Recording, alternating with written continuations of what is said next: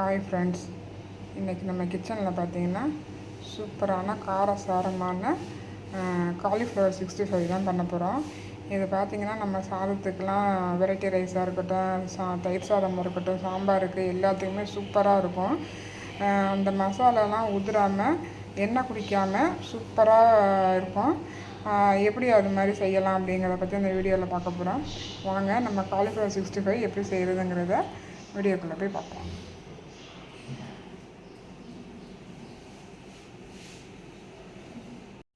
காலிஃப்ளவரை இது மாதிரி சின்ன சின்னதாக கட் பண்ணி எடுத்துக்கோங்க. கட் பண்ணி எடுத்து ஒரு பாத்திரத்தில் போட்டு அதில் தண்ணி, உப்பு, மஞ்சள்தூள் 3 கலந்து அடுப்பில் வச்சு ஒரு வேக்காடு கொடுத்துக்கலாம். ஒரு அரைப்பதம் வேகட்டும். அரை வேக்காடு வந்துருச்சு. இதை ஒரு வடிதட்டுக்கு மாற்றிக்கலாம். வடிதட்டுக்கு மாற்றிட்டு நல்லா ஆற வச்சுக்கோங்க. ஆறினதுக்கப்புறம் இதுக்கு தேவையான மசாலாமெலாம் சேர்ந்துக்கலாம். இந்த மாதிரி வேக வச்சுட்டு சேர்க்கும்போது உங்களுக்கு நல்ல பச்சை ஸ்மெல்லாம் இல்லாமல் நல்லாயிருக்கும். காலிஃப்ளவர் 65 பண்ணுறதுக்கு நான் எல்லாத்தையும் நல்லா ரெடி பண்ணி வச்சுக்கிட்டேன்.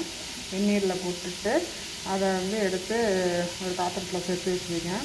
அதில் பார்த்திங்கன்னா ஒரு பிஞ்சு கலர் பொடி, ரெட் கலர் ஃபுட் கலர் சேர்த்துருக்கேன். ஒரே ஒரு கொத்து கருவேப்பிலையை 2ஆக கிள்ளி அதில் சேர்த்து வச்சுருக்கேன். இப்போ இது கூட சேர்க்குறதுக்கு பார்த்திங்கன்னா மசாலா ஐட்டம் பார்த்திங்கன்னா மிளகாத்தூள் 1 ஸ்பூனு, மிளகுத்தூளும் ஜீரகமும் போட்டு அரைச்சது ஒரு அரை ஸ்பூனு, சோம்புத்தூள் அரை ஸ்பூனு, கரம் மசாலா பார்த்திங்கன்னா ஒரு பிஞ்சு, மல்லித்தூள் பார்த்திங்கன்னா ஒரு 1/4 ஸ்பூனு இதை எடுத்து வச்சுருக்கேன். இதை அப்படியே நம்ம அது கூட சேர்த்துக்கலாம். இது எல்லாத்தையும் அதில் சேர்த்துக்கிட்டு இந்த பக்கம் பார்த்திங்கன்னா ஒரு 1.5 ஸ்பூன் இருக்கும் அரிசி மாவு, ஒரு 1 ஸ்பூன் கார்ன்ஃப்ளவர் மாவு, ஒரு 1/4 ஸ்பூன் கடலை மாவு, இது 3 மாவும் எடுத்து வச்சுருக்கேன். இதையும் அப்படியே அதில் சேர்த்துக்கலாம். இப்போ நம்ம இதையும் சேர்த்ததுக்கப்புறம் பார்த்திங்கன்னா ஒரு அரை ஸ்பூன் இஞ்சி பூண்டு பேஸ்ட்டு சேர்த்துக்கிட்டு உங்கள்கிட்ட எலுமிச்சம்பழம் இருந்துச்சுன்னா எலுமிச்சம்பழம் ஒரு 1/4 பழம் புழிஞ்சு விட்டுக்குங்க. அப்படி இல்லை அப்படின்னு சொன்னால் நீங்கள் இந்த மாதிரி தக்காளியை நல்லா நசுக்கிட்டு அதில் உள்ள அந்த ஜூஸை மட்டும் அதில் கலந்துக்கலாம். தயிரும் சேர்த்துக்கலாம். ஆனால் தயிரை விட நம்ம எலுமிச்சம்பழமும் இந்த மாதிரி தக்காளியோடைய புளிப்பு அது இருந்துச்சுன்னா இன்னும் காலிஃப்ளவர் டேஸ்ட்டு சூப்பராக இருக்கும். அந்த மாதிரி கையில் விட்டு நறுக்குன்னு புழிஞ்சிக்கிட்டிங்கன்னா அதில் உள்ள ஜூஸ் எல்லாம் கீழே இறங்கிடும். ஒரு பழத்தோட ஜூஸ் புழிஞ்சிங்கன்னா போதும். இப்போ இது கூட நம்ம அந்த காலிஃப்ளவரை லைட்டாக வேக வைக்கும் போது அதில் கொஞ்சம் உப்பு சேர்த்துருந்தேன். ஏன்னா உள்ளுக்குள்ளே உப்பு சாராது, அதனால் உப்பு சேர்த்துருந்தேன். இப்போ இது கூட இந்த இதுக்கு தேவையான அளவு கொஞ்சமாக உப்பு சேர்த்துக்கலாம். வெளி மாவு சேர்த்துருக்கோம்ல, இந்த மாவுக்கெல்லாம் உப்பு வேணும்ல, இல்லைன்னா சப்புன்னு இருக்கும். அதனால் இதுக்கு தேவையான அளவு உப்பை சேர்த்து லைட்டாக தண்ணி தெளித்து இதை நல்லா பிரட்டி விட்டு ஒரு 10 நிமிஷம் ஊற விட்டுக்கலாம். ஊற விட்டுட்டு நான் பொரிக்கும் போது உங்களுக்கு காமிக்கிறேன். பாருங்கள், நம்மளுக்கு எவ்வளோ சூப்பராக அதை எல்லாத்தையும் ஒன்றுபட எவ்வளோ அருமையாக பசஞ்சு விட்ருக்கேன்னு.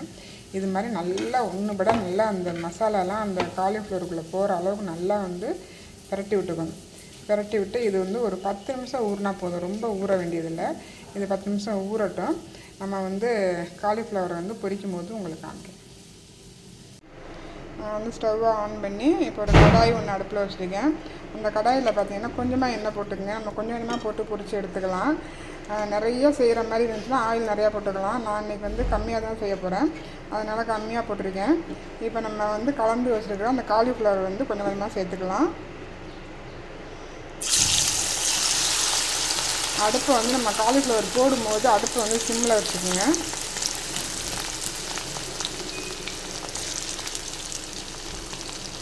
கொஞ்சம் நல்லா ஃப்ரை ஆகிட்டோம். ஒரு பக்கம்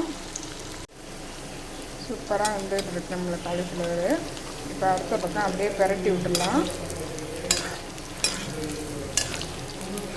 பிரட்டி விட்டு இன்னொரு பக்கமும் நல்லா வேக விட்டுக்கலாம். நம்ம பார்க்குறதுக்கே சூப்பராக இருக்குது. இந்த பக்கமும் நல்லா வேகட்டும். வெந்துட்டு ஒரு பாத்திரத்துக்கு இதை வச்சுக்கலாம். சூப்பராக நம்மளுக்கு கோல்டன் கலரில் செம்மையாக ஃப்ரை ஆகிடுச்சு பாருங்கள். எண்ணெயை நல்லா வடிச்சிட்டு நம்ம இதை ஒரு பாத்திரத்துக்கு எடுத்து வச்சுக்கலாம். அதெல்லாம் சூப்பராக இருக்கு பாருங்கள் பார்க்குறதுக்கு. நல்லா முறுமுறுன்னு இருக்குது. இது மாதிரி நம்ம வந்து எல்லா காலிஃப்ளவரையும் போட்டு எடுத்துட்டு ஒரு பாத்திரத்துக்கு மாற்றிக்கிட்டு காமிக்கிறேன். காலிஃப்ளவர் 65 எல்லாத்தையும் போட்டுக்கிட்டேன். பாருங்கள், கொஞ்சம் கூட நம்மளுக்கு வந்து ஊற்றின எண்ணெய் அப்படியே இருக்குது. எண்ணெய் குடிக்கவே இல்லை. சூப்பராக முறுன்னு செம்மையாக இருக்குது. நீங்கள் இது மாதிரி குழந்தைங்களுக்கெல்லாம் செஞ்சு கொடுத்தீங்கன்னா அதுங்கெல்லாம் பசங்கள்லாம் விரும்பி சாப்பிடுவாங்க. சூப்பரான காலிஃப்ளவர் 65 செம்மையாக ரெடி ஆயிடுச்சு. உங்களுக்கு இந்த வீடியோ பிடிச்சிருந்துச்சுன்னா லைக் பண்ணுங்கள், ஷேர் பண்ணுங்கள், சப்ஸ்கிரைப் பண்ணிக்கோங்க.